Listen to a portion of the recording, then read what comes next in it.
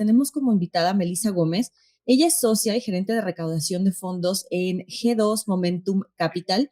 Ellos ofrecen soluciones para hacer más rentables y escalables los negocios a través de la implementación de estrategias concretas que se pueden traducir en planes de acción y pues también, por supuesto, capitalización.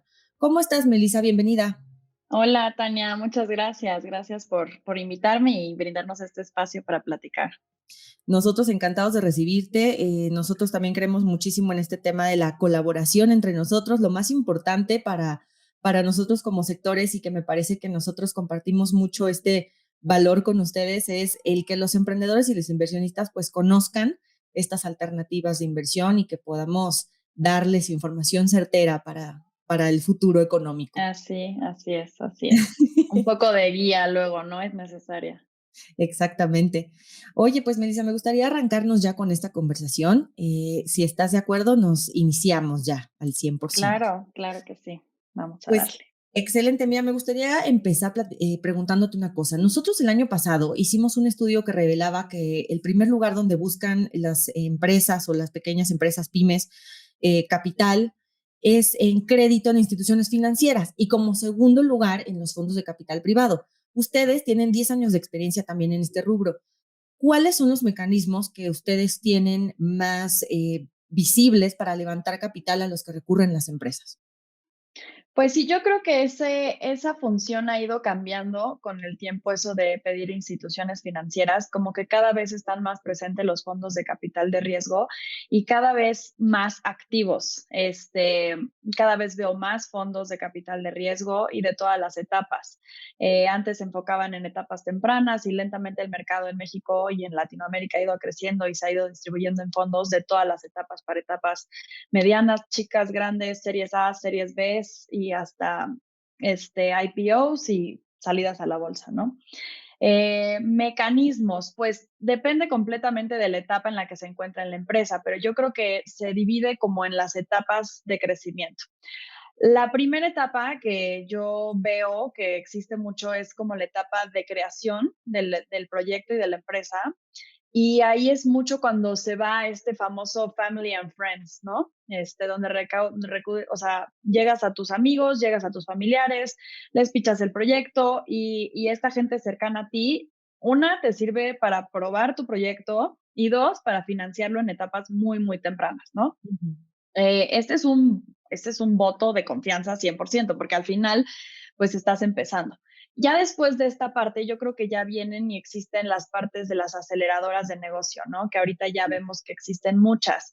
Y ya cada vez más las aceleradoras también invierten en los proyectos. Hay muchas aceleradoras que solo sirven como creación de producto, ayuda con el escalamiento o el networking o te ayudan a conectarte con socios estratégicos, pero ya cada vez invierten más y estos también son inversiones pequeñas, son inversiones en etapas tempranas e iniciales de las empresas. Y después ya se entra un poquito más al tema de fondos de capital de riesgo o venture capital que ya empiezan en etapas semilla, bueno, presemilla, semilla y más, o sea, series A, series B. Y aquí se usan varias herramientas que podrían ser, por ejemplo, las notas convertibles. Estas notas convertibles que son instrumentos que te permiten decirle al inversionista. Si yo fuera una startup, yo le digo al inversionista, yo tengo planeado valer tanto en tanto tiempo, entonces necesito que me des tu cheque para que en tanto tiempo tu dinero se convierta en esta evaluación. O sea, es como una promesa de evaluación a futuro y esto se usa muy común en las etapas tempranas de las startups porque es muy fácil pues, de aceptar las valuaciones de ambos lados y luego se da, por la premura del dinero, se dan descuentos. Uh Entonces, -huh. normalmente, ¿cómo se ve una nota convertible, no? Entonces, ejemplo, yo soy proyecto A y estoy levantando $100,000, ¿no? Muy, muy temprano. Y entonces yo le digo a mi inversionista, ¿sabes qué? En 2 años yo voy a valer $5,000,000, pero como confiaste en mí desde ahorita, entonces en esos 2 años yo te voy a hacer un 20% de descuento sobre esa evaluación y tu dinero se va a convertir en acciones de la empresa o lo puedes retirar. Están las dos opciones para el lado del inversionista. Es muy común que se convierta a acciones, es lo más común, pero la nota permite retirar tu dinero si lo quisieses. Luego también existen el instrumento de las inversiones directas, ¿no? O sea, eso es literalmente pagar por las acciones y eso o sea, hay muchas cosas en inglés y luego no quiero sonar, pero pues son los términos que se usan, ¿no? Claro. Este instrumento pues es directo de inversión en equity en las empresas y eso es literal como suena. O sea, yo pago un número y una evaluación por las acciones de tu empresa y estoy invirtiendo en ti para que tú logres un crecimiento esperado. Eh, y eso más o menos es como se manejan. Digo, existen infinidad de herramientas, seguramente hay algo muy parecido a las notas convertibles que nació en Estados Unidos que se llaman SAFEs, que es básicamente lo mismo, pero tienen como pequeños cambios en los topes, en los descuentos, en el tiempo, pero digo, esas son las herramientas básicas que se usan en el venture capital. Y obviamente existe completamente la parte de financiamiento a través de instituciones financieras, que yo creo que digo, a ver, hasta el mismo Confío, que es un startup, o sea, es préstamos, es Ujú. lending, o sea, eso va a seguir existiendo todo el tiempo y está disponible para todos los tamaños de las empresas. Existen financieras para empresas gigantes y existen financieras enfocadas en startups también. Entonces, pues esas son básicamente como las herramientas que yo veo y que yo estoy acostumbrada a ver que usan las startups. Es bien importante esto que comentas, porque, o sea, nos acabas de dar un pincelazo muy, muy bueno al respecto, porque además parece que hay pocas oportunidades o parece que hay pocos lugares en los que los emprendedores pueden buscar capital y con el que pueden ganar capital los inversionistas, pero poco a poco se va haciendo mucho más visible para todo el ecosistema. Me parece que hay muchas opciones para muchas etapas, para muchas industrias, incluso especializados, ¿no? Hemos tenido invitados de 100%. Heltech que hablan de fondos especializados en Heltech, etcétera, ¿no? O a Ah, ciertas empresas que están especializadas en ciertos sectores. qué bueno que lo mencionas. Yo últimamente, en los últimos 4 años, he visto el desarrollo de muchísimos corporate venture capital, que lo Ujú. que es que las empresas, las corporaciones grandes, hacen sus propios fondos. Y estas empresas, pues buscan obviamente inversiones estratégicas, ¿no? Entonces, por ejemplo, existe el fondo de Mercado Libre o el fondo de FEMSA o el fondo de Arca Continental. O sea, son empresas muy grandes que ya designaron una área y un presupuesto y un todo para hacer inversiones y estas inversiones pues también son estratégicas. Entonces, también existe ese canal, ¿no? O sea, que cada vez hay más. De verdad te Ujú. sorprenderías de la cantidad de corporaciones que tienen su propio fondo y estas son, como dije, estratégicas. Entonces, a lo mejor si tú te dedicas a algo o en tu empresa soluciona algo específico de una de estas empresas, es muy fácil acceder a ese capital. Digo, no es como que invierten en todas, pero esa en ese énfasis en estratégico. Entonces, si tú crees que puedes aportar muchísimo al fondo de Bimbo Ventures, pues acércate al fondo de Bimbo Ventures. O si crees que puedes asociarte con los de Arca Continental o con los de Oxxo, o sea, al final es que hay Ujú. muchas alianzas estratégicas que nacen y lo acabas de mencionar. O sea, parece luego que no hay tanto acceso y a lo mejor pareciese que está como en pausa, pero la verdad es que cada vez hay más fondos de más cantidades o de más tesis, o sea, de diferentes industrias. Hay unos enfocados 100%, por ejemplo, en tecnologías de inteligencia artificial o de blockchain, o sea, como que cada uno se enfoca en cosas diferentes y es nada más acercarte hacia los fondos correctos que hagan sentido con tu empresa. Claro, como comentas, hay cada vez más opciones, cada vez más fondos, estos que comentas, incluso también hay escuelas que están empezando a tener sus fondos, ¿no? Como el TEC o como algunas otras, que sucede mucho en otros países, como Estados Unidos. Creo que estamos en pañales en este aspecto, creo que apenas vamos empezando. Incluso hace poco comentaba con alguien eh, que la gente empieza ya a entender estos términos, que la prensa empieza a comentarlos, que las empresas empiezan a decirlo, que la gente lo empieza a entender, las startups también, pero que ha sido apenas hasta hace, pues yo diría que a partir del año pasado que hemos empezado a tener ya vuelo, que ha agarrado vuelo el tema del capital privado y las estrategias de fondos de capital privado, porque pues no era algo que se conocía mucho antes, ¿no? Pero que ahí vamos pasito a paso, que nos falta mucho camino por recorrer, pero que ahí van, ¿no? Avanzando y que vamos creciendo pues en América Latina, que también es muy importante porque también teníamos pues algo de rezago, ¿no? En cuanto a empresas, unicornios o que recibieran empresas algunos fondeos o capital de parte de otros fondos extranjeros o nacionales. Claro. Cosas interesantes que he visto también en el acceso a capital es que Los fondos extranjeros ya le pusieron un ojo a América Latina. Ya es un mercado que le interesa a los fondos extranjeros. Entonces, eso es muy bueno para las startups. Pasó algo muy extraño. Yo, porque me dedico también a levantar capital para mi propio fondo, o sea, para el fondo G2 Momentum Capital, y también le ayudo a las empresas a levantar capital, me doy cuenta como de los dos lados, ¿no? Un poquito. Este, Pasa que los fondos extranjeros todavía no están tan dispuestos a invertir en fondos, pero sí están muy activos invirtiendo directo en las startups. Como que quisieron, y no, digo, voy a generalizar, obviamente hay casos específicos, pero quisieron como probar con las startups y ver cómo les va, y increíblemente bien les ha ido. O sea, Bitso estuvo fondeado por fondos extranjeros y ahora es un unicornio, y todos los unicornios que han nacido últimamente, pues ya al final ya tienen este backup extranjero y capital mucho más grande de lo que tenemos acceso en América Latina, a lo mejor. Entonces, yo sí he visto ese apetito de parte de los fondos extranjeros para invertir directamente en startups de Latinoamérica. Esa es la realidad, y cada vez se ve más cómo empiezan a hacer los unicornios y cómo empiezan a hacer las salidas de las grandes empresas, y cómo llegan a mercados fuera de América Latina.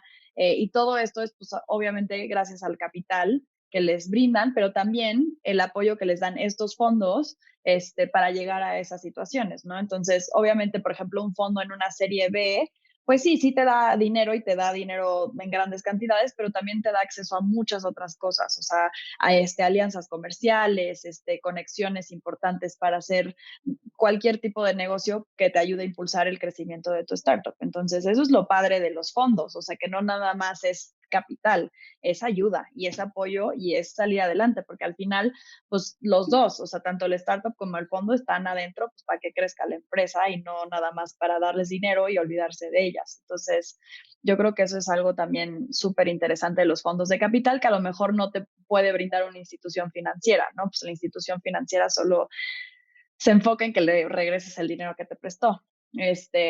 Pero eso es lo padre de los fondos, que también está la parte de apoyo, de mentoría, de acompañamiento en el crecimiento, de conexiones. O sea, eso es una parte muy importante.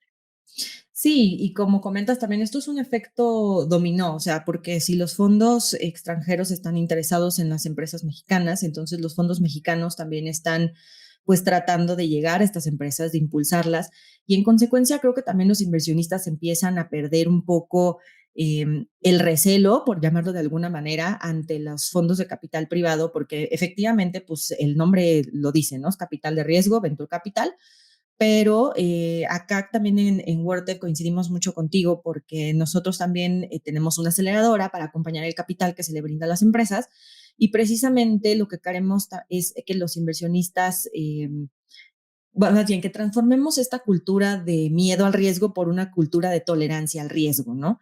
Y eso puede traer pues beneficios específicos, no solo para los inversionistas que obtienen excelentes rendimientos, no solo para las empresas que tienen pues todo el capital que necesitan para estructurarse, sino para el ecosistema en general.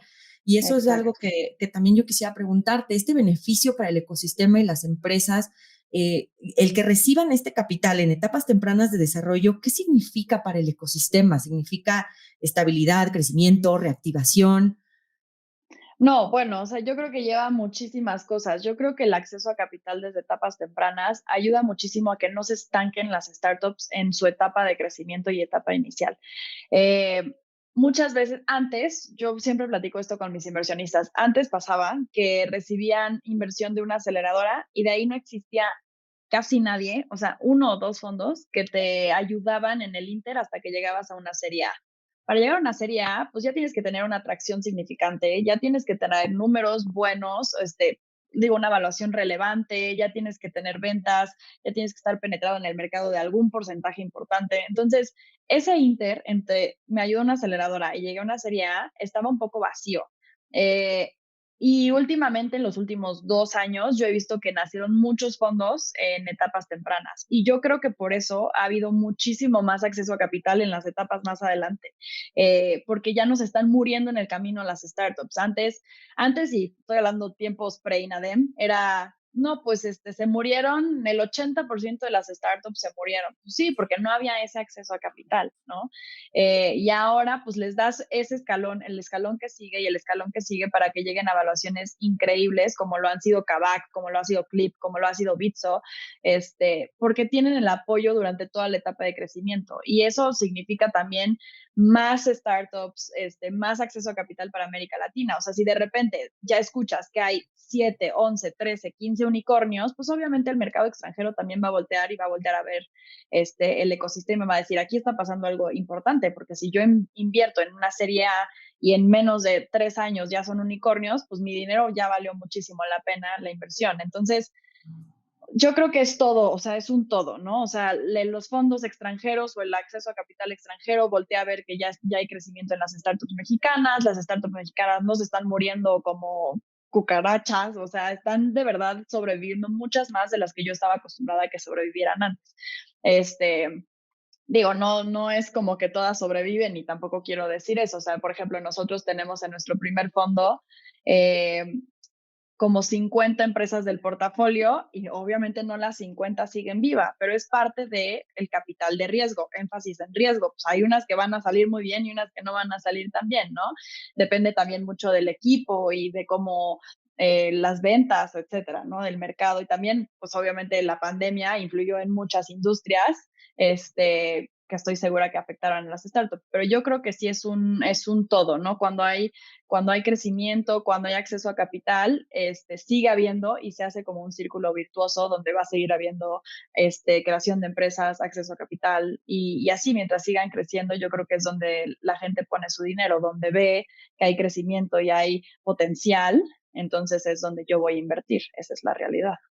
Es correcto, y además que te permite de cierta manera diversificar, ¿no? Cuando tú apoyas un fondo, que ese fondo apoya a diversas empresas, como es nuestros casos, efectivamente, pues también te permite diversificar ese dinero y como bien dices, no todas sobreviven o no todas les va tan bien, algunas les va mejor o no tan mejor, de acuerdo con el tema de quizás el sector al que pertenecen o lo que está ahorita en boga o en boom, ¿no? Las tecnológicas ahorita están al tope, los tradicionales pues siguen porque no se puede eliminar el emprendimiento tradicional, es lo que mantiene viva yo creo que la cadena productiva que tenemos actualmente en México, 100%. pero esa diversificación que ofrecen los fondos y como bien comentas, esta solidez que le dan o este apoyo, estructuración que le dan a las empresas es fundamental para que no nada más se queden en el camino y que como dices también, pues no, por supuesto que hay empresas que siguen muriendo y demás, pero la gran ventaja yo creo que de las startups o los emprendedores, o, pues sí, los emprendedores que generan estas nuevas empresas, es que no se rinden, ¿no? Que a lo mejor fallan una vez, pero continúan y lo vuelven a intentar y lo vuelven a cambiar La y lo vuelven resiliencia es algo significativo de los emprendedores, de verdad, yo lo he visto, digo, tengo hasta empresas del portafolio que en la pandemia vendían una cosa, por la pandemia ya no se podía vender eso, entonces agarro mi tecnología y lo uso para vender esto otro y entonces hago un switch 360 de mi modelo de negocio, pero sigo adelante, pero sigo levantando capital. Y ahora resulta que ese modelo de negocio fue mucho más exitoso que lo que estaba haciendo originalmente, entonces ahora me está yendo mucho mejor.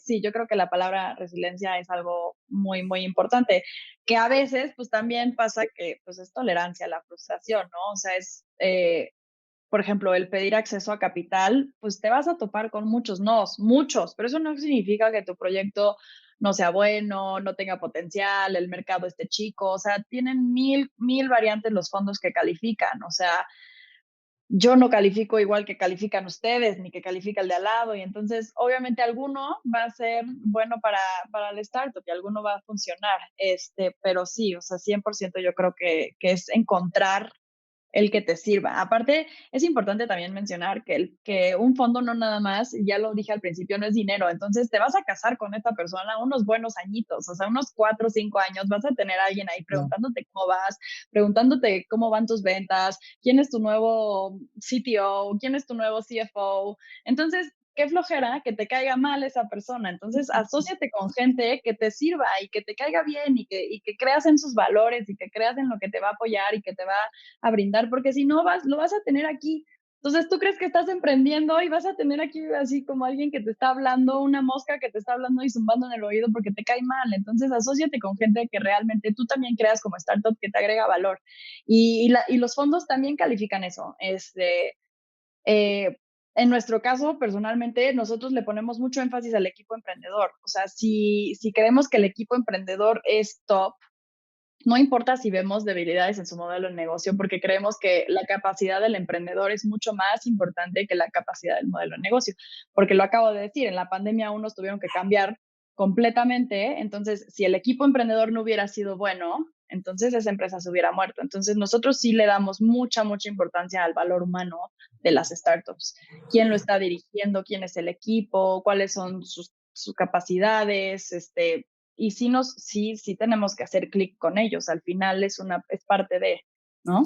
Sí, totalmente de acuerdo. Y justamente nosotros, uno de los rubros, digamos, porque pues así funciona, como bien dices, cada quien tiene diferentes formas de calificar, pero uno de los rubros importantes también para nosotros es el equipo emprendedor, que el emprendedor esté comprometido, que le pueda dedicar tiempo también, porque a veces pues uno tiene 2, 3, 4 trabajos como emprendedor, pero que le pueda dedicar tiempo, que tenga ciertas características y esa es la importancia de darle pues solidez y estructura al sector, porque así tenemos diferentes fondos con diferentes tipos de calificaciones, con diferentes etapas, con diferentes formas de trabajar para que pues puedan adaptarse mayormente a las empresas que lo necesitan, ¿no? Y que las empresas también se adapten a ese fondo. Es una simbiosis. Sí, 100%. Oye, Melissa, pues bueno, esta charla está muy, muy interesante, ya se nos está pasando muy rápido el tiempo. Me gustaría antes de que nos fuéramos ya hacia el final, que nos puedas contar también desde el punto de vista de G2 Momentum Capital, pues cuáles son los sectores de potencial más alto que ahorita ustedes detectan para recibir capital privado en etapas tempranas y por qué. Voy a intentar no contestar este, a mi agrado, porque nosotros pues nos enfocamos 100% en fintechs e insurtechs, porque creemos firmemente que eso es lo que ahorita está en tendencia y las empresas que están en tendencia. Pero fuera de mi interés, yo sí creo que hay una evolución eh, por tecnologías core, ¿no? O sea, inteligencias artificiales, lo mencionaba al principio, temas de blockchain, pero no nada más la creación de blockchain, sino la usabilidad que se le puede dar La al blockchain. aplicación. Exacto, exacto. Ese tipo de tecnologías, cambios a las estructuras, por ejemplo, financieras a través del blockchain, eso es interesantísimo y veo que viene muy fuerte. No sé si pues sé porque a eso se dedica mi fondo, pero yo sí creo que las fintechs de todas sus variantes vienen muy, muy fuertes. No nada más, y cuando digo fintech, no nada más me refiero a lending, o sea, me refiero a todas, todas, todas, las criptos, los exchanges, los lenders, todo lo que involucra un ecosistema fintech, porque al final es un ecosistema, o sea, yo puedo crear a lo mejor un producto, pero si no tengo un procesador de pagos, entonces a lo mejor no tengo el blockchain necesario para hacer el pago, o sea, es como un pequeño ecosistema que se crea dentro del mundo fintech y yo creo que viene muy fuerte esa tendencia, pero también la parte de las tecnologías core, como lo mencionaba, yo creo que esas son las que yo veo que son las dos tendencias ahorita muy fuertes y por nuestra parte también nos volteamos el ojo a InsurTech. ¿Por qué? Porque México específicamente, y yo creo que se replica en muchos países de Latinoamérica, tenemos una tasa ay, no sé cómo se diga, pero de que la gente está asegurada muy baja. Ujú. Por ejemplo, en coches. Casi 80% de los coches no están asegurados. Y los que sí están asegurados es porque a lo mejor los compraste en agencia. Una parte muy importante es los que compran en agencia y te obligan a tener seguro. Sí, ya trae Pero integrado. exacto, el momento que ya dejas de pagar tu crédito, la gente no renueva su seguro. Es impresionante. ¿Pero por qué? Porque es bien raro acceder a cosas que no conoces, ¿no? Entonces, esta accesibilidad a seguros en este tema de coches, pero también en temas de seguro de gastos médicos mayores, o sea, el porcentaje de gente que no está asegurada es impresionante, ¿no? Y que no está dada alta en el IMSS, o sea, es una cosa gigante. Entonces, yo creo que el InsurTech en nuestro punto de vista, es muy importante, muy, muy importante, porque los seguros cambian radicalmente y puedes hacer un cambio en la industria, algo que empezó, por ejemplo, el fintech hizo cambio radical en la industria financiera y lo sigue haciendo, ¿no? Y yo creo que falta, y creo que falta este cambio en la industria de seguros, y creo que viene, o sea, creo que viene una ola importante porque las nuevas generaciones lo desean, ¿no? Desean este cambio y desean ver cosas nuevas y desean acceder a Spotify igual que a su seguro. O sea, es como Ujú. más dinámico y esos son los sectores que nosotros personalmente creemos que vienen en tendencia y por eso decidimos hacer este fondo enfocado en FinTech e InsurTech. Pero yo esas son las que veo y aparte las tecnologías que mencionaba al principio, nosotros no nos metemos tanto. ¿Por qué? Y no porque no creemos que están en tendencia, sino porque no somos expertos en la materia. Entonces, lo mencionaba también en una de las pláticas hace ratito, es importante agregar valor como fondo, ¿no? Que no nada más seas financiero. Entonces, si no nos creemos expertos en tecnologías core, entonces, ¿por qué invertir en eso si no vamos a poder apoyar de la mejor manera? Y donde sí creemos que podemos apoyar son en etapas tempranas, en industrias fintech e insurtech, y seguimos invirtiendo con nuestro primer fondo que también es completamente agnóstico. Entonces, se presentan todo tipo de cosas, todo tipo de cosas. Eh, una tendencia también que vi muy importante es el tema de food tech, las tecnologías en los alimentos. Eso se me hace que viene fuertísimo, lo veo las tendencias, veo las inversiones, veo que cada vez hay más fondos dedicados a esto, lo cual es, o sea, a mí me sorprendió muchísimo y creo que esas son, o sea, yo lo considero que esas son las que yo he visto en tendencia y que he visto que hay más acceso a capital y que he visto que los fondos tienen interés en estos sectores, ¿no? Sí, cuando tenemos pues ciertas necesidades como sociedad, ya sea pues a partir de las necesidades del consumidor como tal que necesita o que aprendió a que necesita tener estos seguros activos, por ejemplo, y se viene toda esta necesidad de entender mejor cómo funciona el seguro, que no es sencillo. El aprender cómo funciona tu seguro para nada es fácil, el cómo te sirve, cómo tengo acceso a él, que si tengo que hablar, que si me meto a la app, o sea, son muchas cosas que como consumidor necesitas y que se están viendo estas áreas de oportunidad en estos sectores específicos, pues evidentemente tenemos un crecimiento importante en él. Si sabemos que la población mexicana tiene muy poco acceso, a pesar de todos los avances, muy poco acceso a banca electrónica o, por ejemplo, a algunos elementos financieros o productos financieros, y FinTech está dando solución a eso, pues ahí es donde vemos el área de oportunidad y el crecimiento de esas empresas que están buscando soluciones reales, tangibles para la sociedad, ¿no? Ahí estoy totalmente 100%. de acuerdo contigo.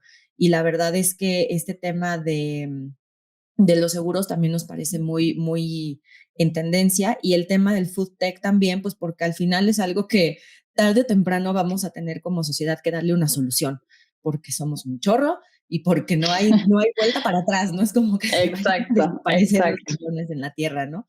Entonces necesita soluciones activas y es muy importante impulsar a los emprendimientos que están desarrollando innovaciones para este campo, que a lo mejor no van a ser, digamos, en poco tiempo, porque también esto es importante comentarlo, creo, el tema de largo plazo, cuando estás invirtiendo en 100%. largo plazo es fundamental, es yo creo que la frase clave, porque no podemos esperar obtener ya sea que recompra de acciones o rendimientos espectaculares en cuanto a acciones y demás, en un corto plazo de empresas que están iniciando su camino y que como fondos y como inversionistas que invierten, valga la redundancia, en estos fondos, pues tenemos que pensar a largo plazo el acompañamiento con esas empresas, ¿no? Es un excelente punto. O sea, la verdad, yo cuando platico con nuestros inversionistas o con potenciales inversionistas, si llegan y me dicen, son mis ahorros de toda la vida, ni siquiera, o sea, no hay poder humano que lo aceptemos. ¿Por qué? Porque una, tiene riesgo y dos, es por mínimo, 5 o 10 años. Entonces, yo no quiero que no tengas liquidez y que no tengas acceso a tus ahorros o que no tengas, o sea, al final yo creo que las inversiones tienen que ser una diversificación y hiciste un énfasis clarísimo, a largo plazo. O sea, las startups no crecen y ni se dobletean en valuación de un día para otro. Es un proceso de crecimiento. Obviamente en este ecosistema de venture capital se espera un crecimiento acelerado, pero al final acelerado se refiere a años, ¿no? O sea, como en 4 años espero que valgas el triple, ¿no? Pero son 4 años, Uh que -huh. sigue siendo mucho más largo plazo que cualquier no sé, un ahorro en un banco o tu cuenta de ahorros que tienes acceso a liquidez y retirarlo y este tipo de cosas, ¿no? Sí, sí es muy importante y creo que le diste justo al tino, ¿no? Que es un tema de largo plazo y también qué bueno que lo mencionas porque ahí también hacer énfasis en las relaciones que haces con tus inversionistas porque va a ser a largo plazo, ¿no? Entonces es mejor que todo sea bueno y que todo sea fructífero para ambas partes y tener en mente que pues van a ser un par de años donde van a trabajar juntos para seguir creciendo y seguir levantando capital y a lo mejor algún día vender la empresa o tener una salida en bolsa o lo que sea, ¿no? Excelente, sí, porque pues al final parte también de lo que nosotros queremos transmitir a los inversionistas que nos escuchan en este podcast precisamente es darles a conocer todo esto que hemos platicado, pero también que el poner a trabajar el dinero es, yo creo, fundamental y lo importante, ¿no?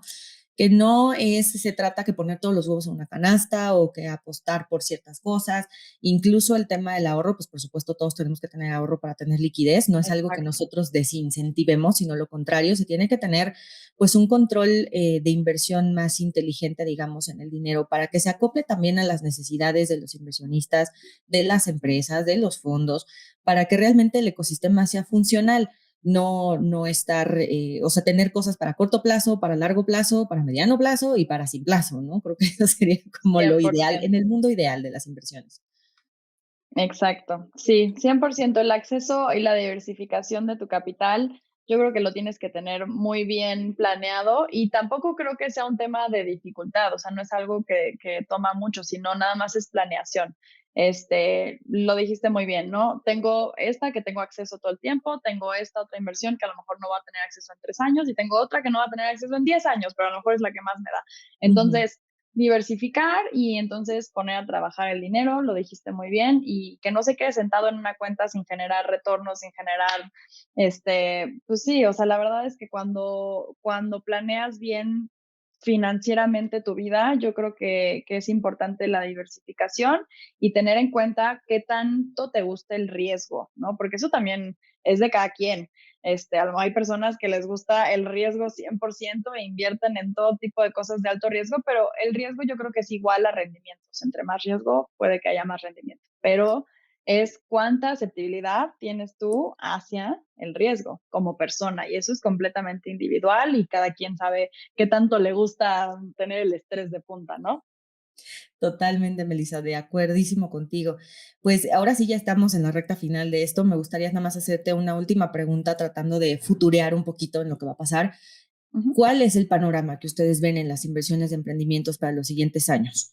Yo creo que hay muchísimo crecimiento en el panorama de las inversiones. Yo lo mencioné al principio, veo cada vez más. Yo llevo en este ecosistema 6 años y yo sí puedo decir que en estos 6 años he visto un cambio abismal al acceso de capital en los últimos años.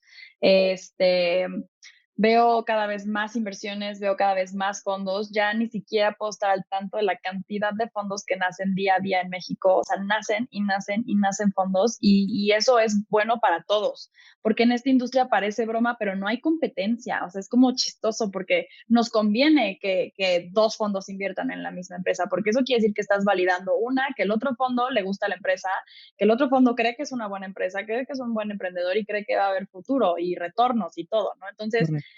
hasta sirve como validación que otro fondo se meta contigo a las inversiones. Entonces, es fructífero y veo mucho más acceso a capital y yo creo que lentamente, lentamente va a haber mucho más acceso a capital también extranjero, lo cual es buenísimo. A lo mejor hay situaciones políticas que no ayudan en el momento, pero yo sí veo cada vez más apetito por el mercado latinoamericano. Antes yo veía que se enfocaban también, por ejemplo, al mercado de la India o Asia, y ahora somos eso, somos los nuevos, en Latinoamérica es el boom, bueno, en mi punto de vista y en cómo yo he visto que han levantado capital las startups, sí veo mucho más esta accesibilidad, y yo creo que es hacia arriba. Yo creo que todavía no llegamos ni a la punta ni a la cima, y no creo que vaya para abajo pronto. Entonces, esa es mi visión y espero que así sea. Perfecto, Melissa, pues muchas gracias. Sí, pues estoy muy feliz de que comentes también esto, porque como bien dices, la colaboración es fundamental en nuestra industria que más allá de tener competencia, nosotros como fondos, emprendedores, inversionistas, tenemos que pensar en la colaboración, estamos totalmente en sincronía al respecto. Y pues ya lo oyeron, esto va a seguir creciendo, esperemos que a un ritmo muy, si no acelerado, al menos constante, para que continuemos trabajando en este círculo virtuoso que hemos comentado anteriormente en esta llamadita.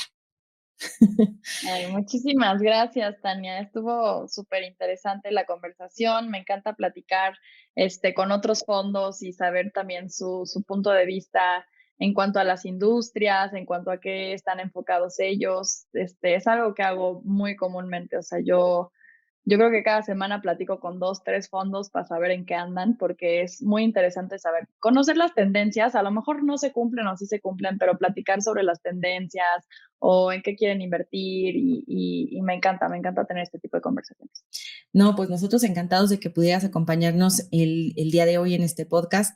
Ha sido también para nosotros súper interesante, se me fue como agua estos minutos, pero lamentablemente hemos llegado al final de este episodio. Ya escuchamos por parte de Melissa Gómez de G Momentum Capital, pues qué se debe hacer para levantar capital, qué alternativas de capital emprendedor existen, cómo se encuentra el ecosistema, la visión que ellos tienen en cuanto a sectores. Entonces nos parece sumamente interesante. Muchísimas gracias, Melissa. Espero que pronto podamos platicar nuevamente para compartir la experiencia en torno al levantamiento de capital y en torno a al capital emprendedor en nuestro país y Latinoamérica. Claro que sí, muchas gracias. Pues ahora sí, llegamos al final. Muchísimas gracias a todos por escucharnos. No se pierdan un nuevo episodio cada miércoles y hasta la próxima. Esto fue Invierte, Impulsa y Evoluciona, un podcast de Worther Capital, la firma de capital que permite a los inversionistas impulsar emprendedores. Síguenos en todas las redes sociales como worther.capital y no olvides suscribirte a nuestro newsletter para recibir información para invertir y evolucionar la economía de México.